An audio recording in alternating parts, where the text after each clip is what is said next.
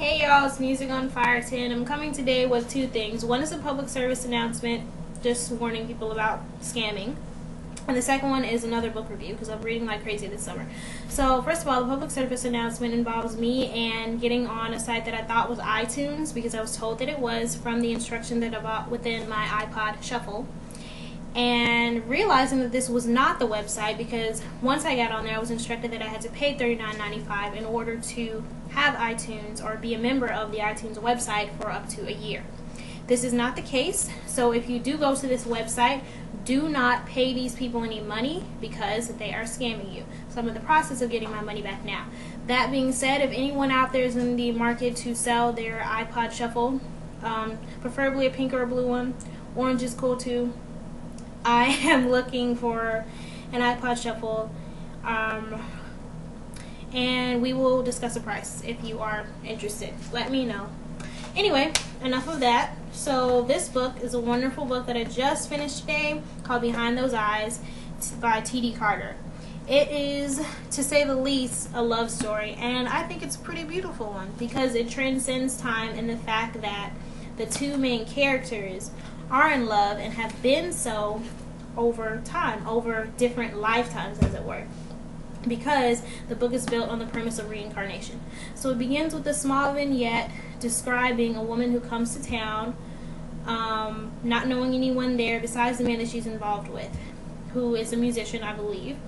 And then when she's walking along one day, a man approaches her who is a drummer, and they realize right away that they are meant to be in love because of some things he says and some things that she says, and it's just as if their spirits intertwine, despite the fact that, as I said, they never met before in this lifetime. So that vignette ends, and another one picks up, which is the bulk of the book, and it takes place in 2003, and the two lovers, I guess, spiritual lovers, are Taylor Richardson and Nathaniel Woods. However, there is an issue, well, several issues actually, because Taylor goes on to be in a relationship with Nathaniel's best friend, Derek. He's actually like his frat brother, and they grew up together or went to college together, so I guess you can say they grew up together. And Nathaniel is actually married to a woman that he met in college and fell in love with in college, and they actually have a daughter together. So it definitely isn't ideal for them to be in love. However, it seems as if whenever they're around each other, they can't help but to feel that they're in love. They can't resist the urge to touch each other. They're able to finish each other's sentences, and they know that they've met before, but they can't really place it, as it were. So I think it's a beautiful book. For one thing, the way that T.P. Carter writes, like, she's an amazing writer. The way she describes things, it's amazing. I don't know. I can't really describe it because I'm not really going to give you any lines out of the book this time. I'd rather you just go and pick it up. One thing about it, there is a lot of language in the book, which I don't mind at all. Honestly, think it kind of adds flavor and a little bit of life to the book, and everyone has their own way of writing, but that is one thing about it. But otherwise, the descriptions that she makes are just amazing, and it's something else because it really makes you think about things like reincarnation, and just the fact that, as I said, whenever Taylor and Nathaniel get around each other, it's as if time stops and they're jittery, they feel nervous. But then once they come to grips and come to terms with what's happening to them, they are able to have like a secret love affair, even though in the beginning it isn't physical at all. It's just that they're able to be with each other, and share each other's company.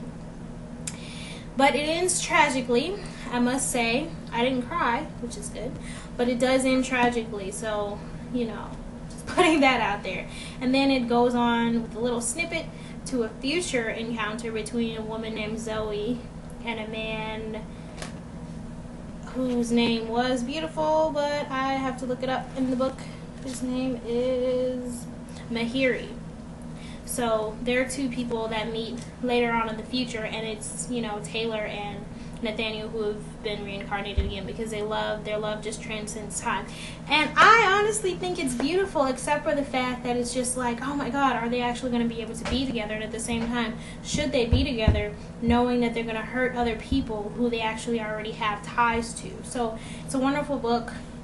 Makes you think, makes you look at love a different way, I suppose. And T.P. Carter just, she really she's a wonderful writer, and I definitely look forward to reading more of her things, along with some Brandy Massey books, Brandy Massey books, which if you are interested in suspense, he's a wonderful writer as well, and you can look up some of the reviews that I have on him, because I have 2 so far. But that is about all. Like I said in the beginning, watch out what you're doing online. Don't just pay for things when it looks too good to be true, because it probably is. And anybody looking to sell their iPod Shuffle, hit me up. Thank you. Later.